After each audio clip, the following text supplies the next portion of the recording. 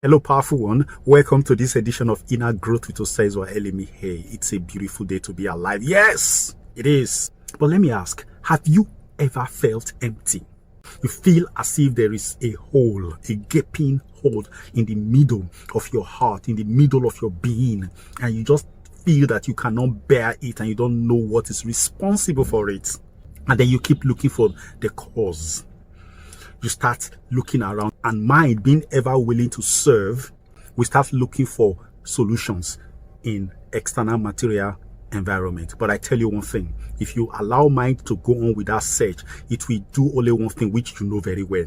It will sink you deeper and deeper in the emptiness. And what will follow that is a powerful suggestion from mind to seek extra sources of energy outside of you, because that emptiness simply means that energy has left you. A large chunk of energy has left you. What then do? You resort to entertainment. You know what gives you entertainment? Something that makes you forget the emptiness. The ugliness of this whole situation is that that thing you are going for right now to filling that space does not really fill it. You are going for more of the same thing that led you to that place. What is this thing? Well, we will talk about this when we come back from this break. I am Osezwa Anthony Elimihe. You know me. I am in the perpetual game of helping you grow from inside out. That is the drill.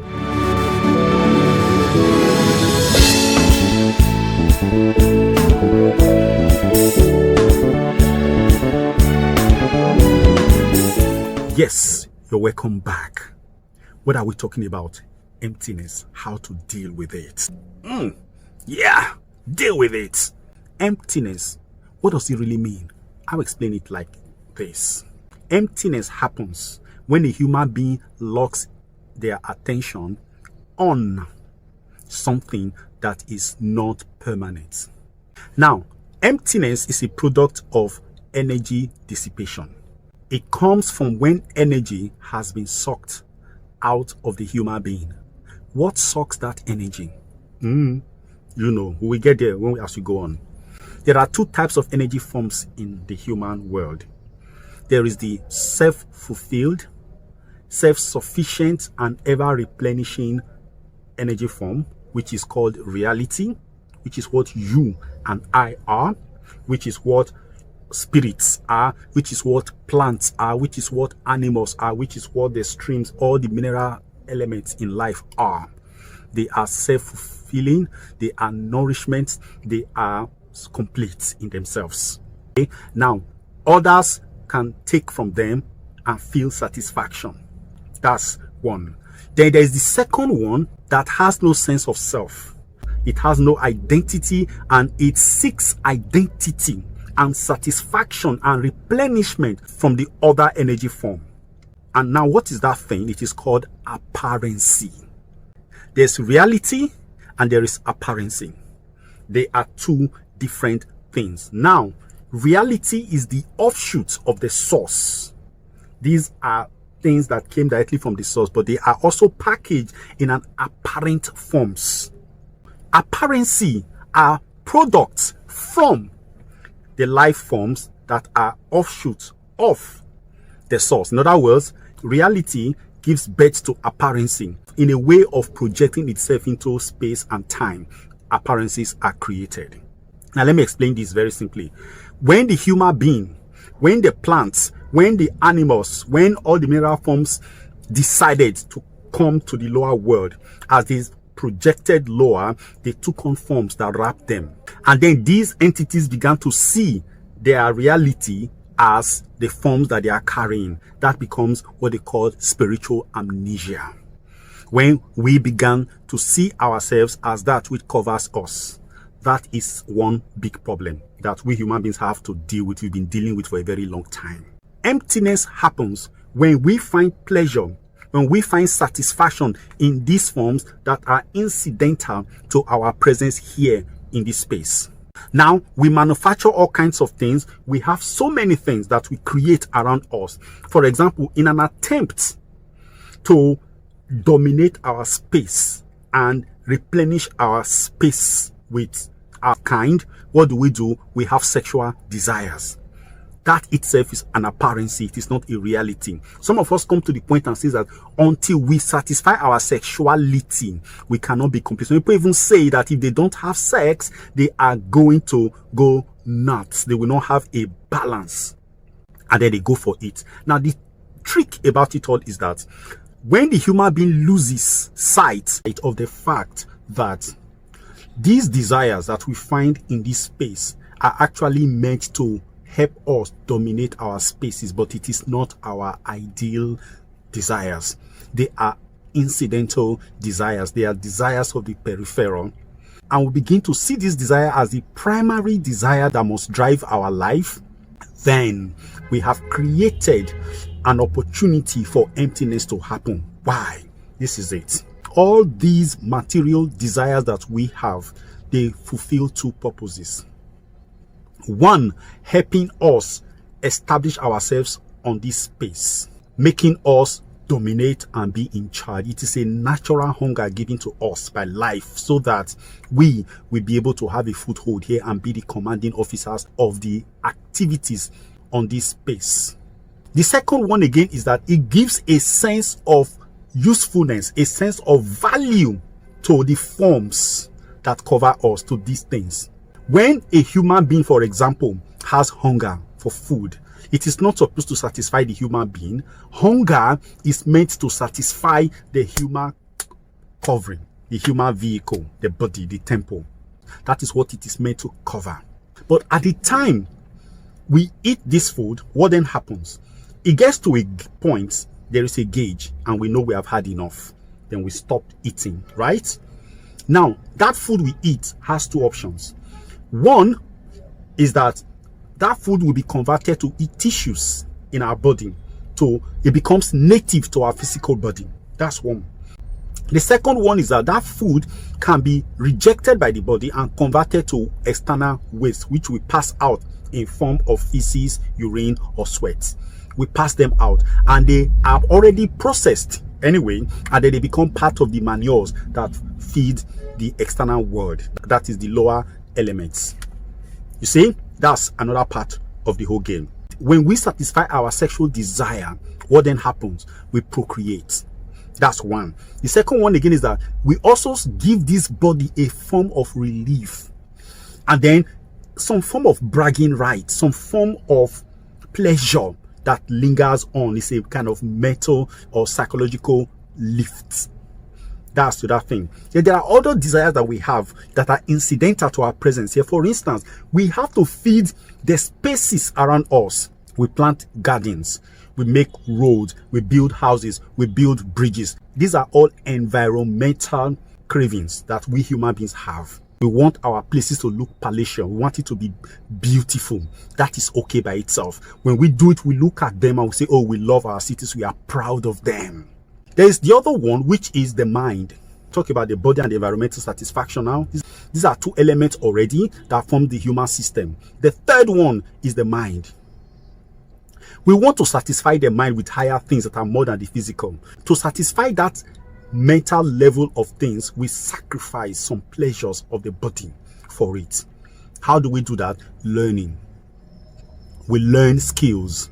We acquire knowledge of different types of things. And so we can go hungry just to be there.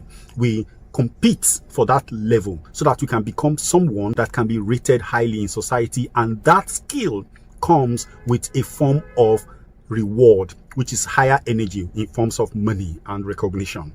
All right, we get satisfaction from them. That's okay. Then we move from there. We talk about the soul, which is the real us. There is something that we need to give ourselves. The food, the cities we build, the sex we have can never satisfy the soul. The soul needs something, and that thing we may not really exactly know what it is. If these four elements of our systems are not satisfied, we have no peace. If we satisfy only some of them and leave one out, we will not find peace. Now, this is what we humans do. We satisfy the environment, we pay our taxes, make sure that government even makes sure that we must satisfy them anyway. Some of our taxes are taken from source. They can send the LIROS or FIROS after us if we don't pay our taxes. All of these things come with their reward system. But you see, the soul, when it is not satisfied, what do we suffer?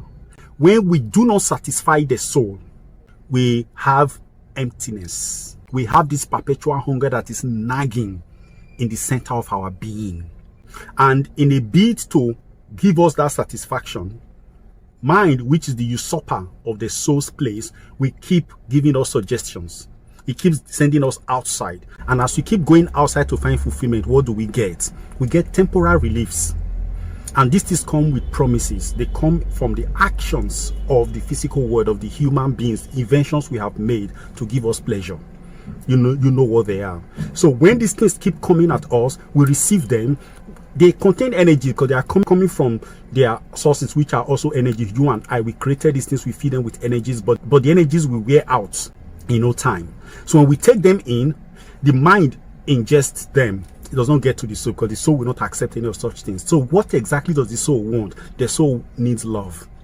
The soul wants to feed other souls with love, and then it will find satisfaction. Give love to plants, give love to the animals, give love to fellow human beings, and you will find peace. You will satisfy that yearning gap in the middle of your being. Now, this is where our emptiness comes from. The urges that this body bring to us, that the environment bring to us, that the mind send to us, they are all what we try to satisfy. They fill us with momentary pleasure, but when they are digested, they leave the soul empty. There's nothing for the soul. And that yawning hole stays and gets larger and larger. We keep going out to find solution for that which cannot be found outside, and so we keep getting more and more. What most of us do is that we end up drowning the cry of the soul by numbing our consciousness through other things like designer drugs. We have different levels of drugs. Anyway, we have drugs that are higher forms of pleasure.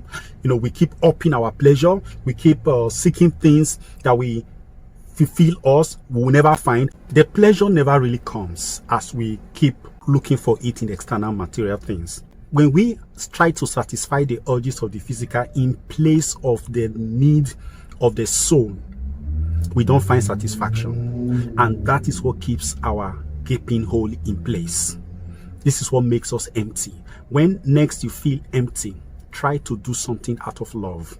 Try to sit down and meditate. Try to do something that is other than for you.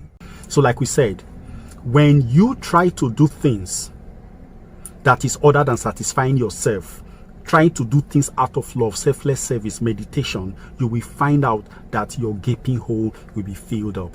Just sitting down to meditate for a few minutes can give you all the satisfaction you can find out there. So our power as human beings come from focusing attention on our inside, because we are eternal.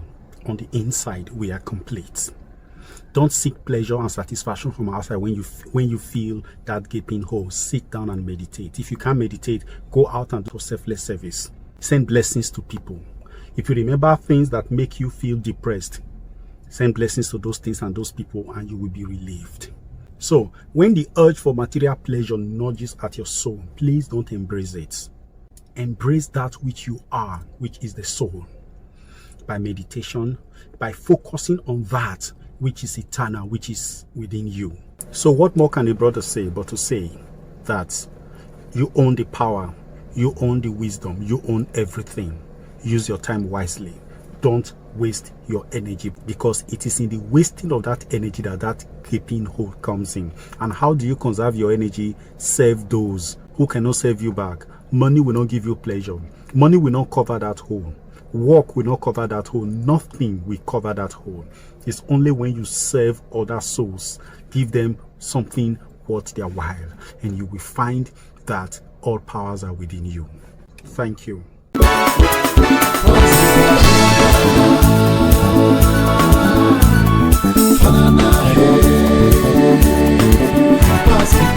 Hey,